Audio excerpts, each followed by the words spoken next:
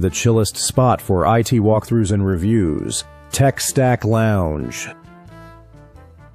Everyone, and welcome back to Tech Stack Lounge.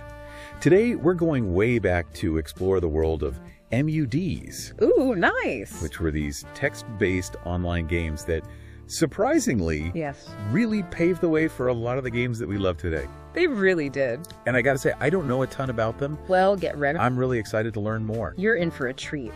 They were really like the primordial soup of online gaming. Okay. You know, they might seem really simple when you just glance at them. Yeah. But they were really incredibly innovative for their time, and their influence, we can still feel it today. That's so cool. So first things first, can we just start with some basics? Like, what exactly is a MUD? Absolutely. I mean, I've heard the term, but can you paint a picture for someone who's never actually seen one? Yeah, imagine a virtual world, but it's made completely out of words. Okay. No fancy graphics or anything, just really vivid textual descriptions. And you navigate this world by typing commands like go north, examine sword, or even talk to the mysterious figure in the corner. Oh, wow.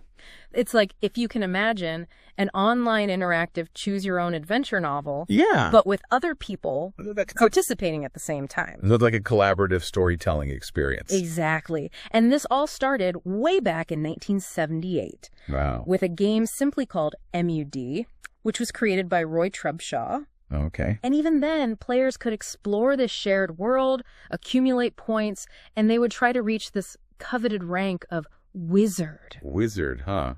That sounds pretty familiar. Does the MUDs actually spread beyond university campuses? Yeah. I can't imagine that everyone had access to those really early computer networks. Right. Well, that's where Janet comes in. Okay. It was a British academic network, and it became really important in the early 80s. Gotcha. Because it allowed people from different universities to connect and play together. Wow. So it was a major step toward the interconnectedness we see in modern online gaming. Oh, that's awesome. So this is where it starts to get really interesting, right? Mm-hmm.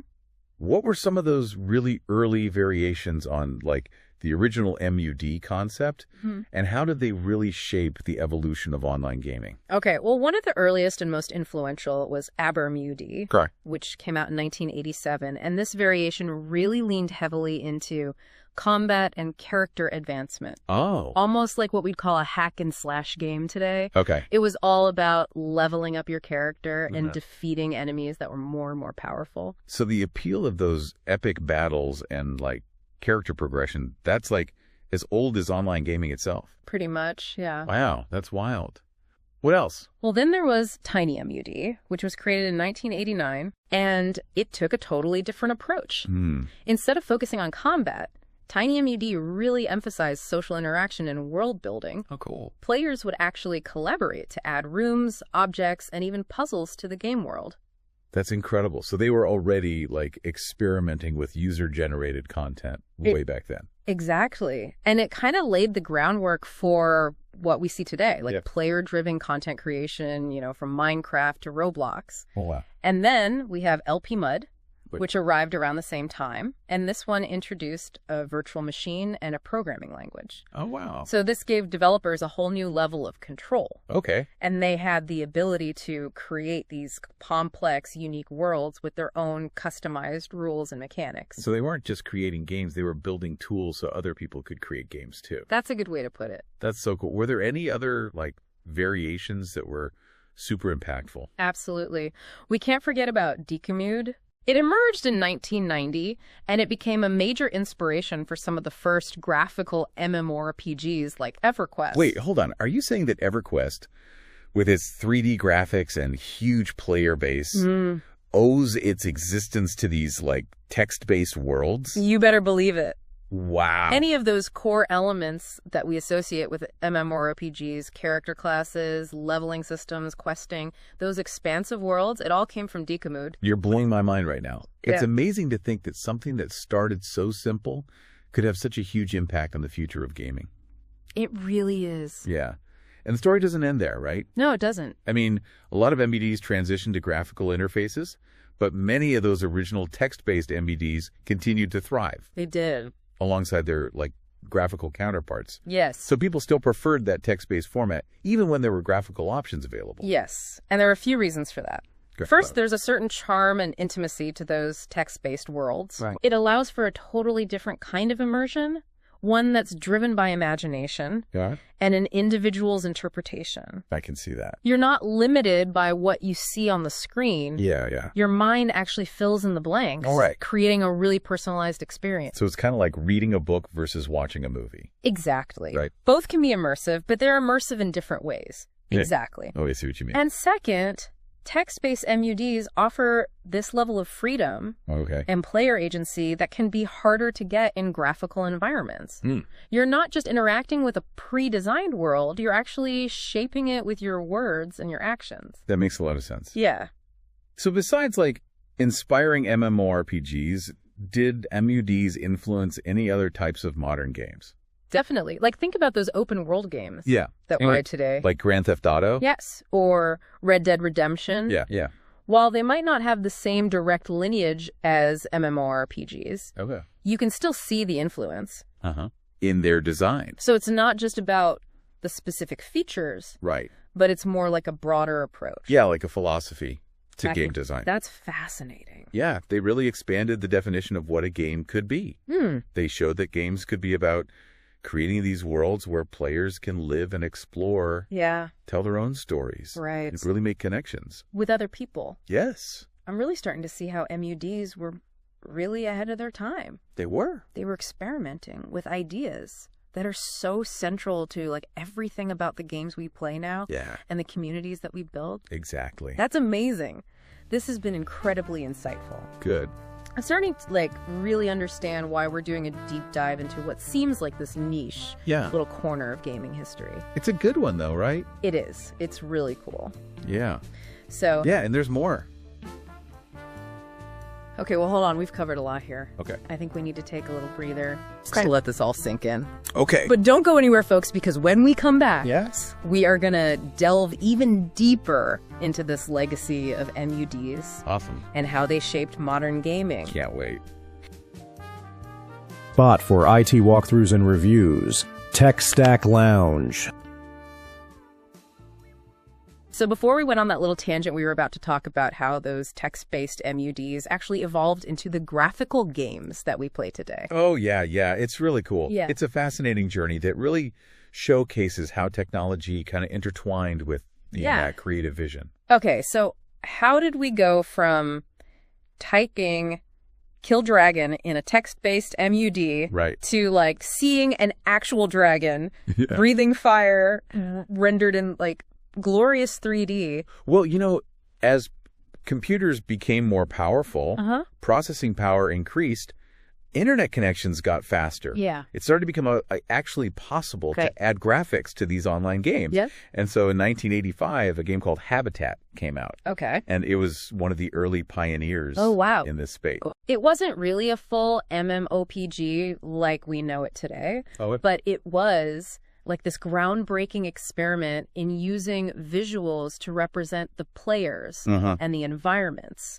within that online world. So Habitat was kind of like a prototype for those graphical online games. Exactly. It kind of paved the way for games like Meridian 59, Ultima Online, and of course, EverQuest. A legend. Which all came out in the mid to late 90s. Okay. And these games basically took all those core elements that we've been talking about, the progression systems, the combat, the questing, the social interaction, and they made it visual in these vibrant environments. And that's how the MMORPG genre was born. Pretty much. Of course, there was tons of innovation and experimentation along the way. Right. But you can really see that MUDs provided like the fundamental DNA for it. I mean, think about it. In EverQuest, you still had classes, levels, you had those sprawling worlds to explore, those epic boss battles. All those concepts started in MUDs. And like the social stuff. Oh, absolutely. That's a huge part of it. Yeah, like guilds and raiding. All that stuff was happening in MUDs just with words instead of graphics. Exactly. MUDs were really good at cultivating these online communities. Where players would make friends. They'd go on these quests together. And even, you know, have friendly competition, sometimes not so friendly. It's amazing how much of what we just consider like standard in online gaming can be traced back to those text-based origins. It really is. But you know what might surprise you? What? that transition from text to graphics wasn't like a complete takeover. Okay. A lot of MUDs, yeah, they went graphical. Yeah. But a lot of the originals, they kept going strong. Really? Right alongside those new fancy graphical games. Could people still prefer that text-based format even when there were other options? Yes. And there are a couple of reasons why. Okay. First, there's just a certain charm and intimacy to text-based worlds. Okay. It allows for such a different kind of immersion. Right. One that's driven by like your own imagination. Totally. And how you as a person interpret things. Okay. You're not limited by what you see on the screen. Yeah. Your mind fills in the blanks. Right. And you create a really personalized experience. I can see that. It's like reading a book versus watching a movie. Yeah. Both can be immersive, but in totally different ways. Exactly. And second, text-based MUDs offer a level of freedom and player agency that you don't always get in graphical environments. Okay. You know, you're not just interacting with a world that somebody else designed. Yeah. You're helping to shape it. I like with your words and your actions. Yeah, that makes a lot of sense. It's really cool. So besides inspiring MMORPGs, did MUDs influence any other types of games? Definitely. Think about open world games like Grand Theft Auto, Red Dead Redemption. Yeah. It might not have the same direct connection as MMORPGs, but you can still see that MUD influence. Okay. Like in their design philosophy. So it's not just about those specific features, but also like a broader approach. Exactly. MUDs really help to expand the definition of what a game could be. Totally. They showed that games could be about creating these worlds where players could live and explore. Yeah. Tell their own stories, make those meaningful connections with other people. That's incredible. Yeah. I'm starting to see how MUDs were really ahead of their time. They really were. I mean, they were experimenting with ideas that are like so central to how we design games and build communities today. Exactly. They were pioneers. That's awesome. Yeah. This has been so insightful. Good. I'm starting to really understand why we're taking this deep dive into what seems like this niche little corner. Yeah, but it's cool, right? It is. It is. Yeah. So we've learned so much, though. I want to make sure that I understand, like, the key takeaways from this whole deep dive. Okay. So what would you say is the most important thing that you want listeners to remember about MUDs?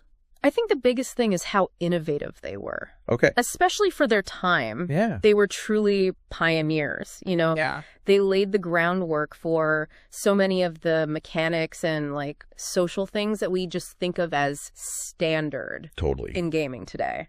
So things like character progression, combat systems, those huge worlds to explore. Yeah. Yeah. The online communities, it all comes back to... It all goes back to MUDs. Those text-based games. Yeah. That's amazing. And it wasn't just about the features themselves, right? Mm-hmm. It was about the philosophy of game design. Mm-hmm. Exactly. It was about giving players freedom and encouraging their creativity and social interaction. They showed that games could be about so much more than just like winning or losing. Right. It was about creating these experiences and telling stories together. And they did it all with just words, which I think is incredible. It is. It really shows you the power of imagination. It does. And how much people want to connect.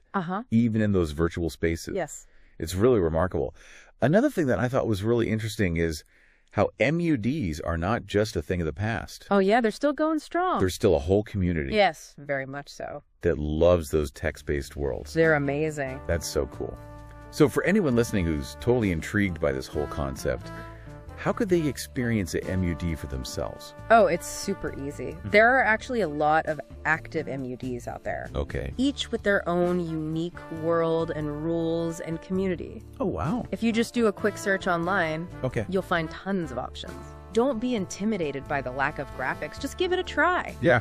And to all of our listeners, thanks for tuning in to Tech Stack Lounge. Yes, thank you. We'll see you next time for another deep dive into the world of tech and gaming. See you later. If you like what you're hearing, don't forget to hit the like button and subscribe. Thank you for your support.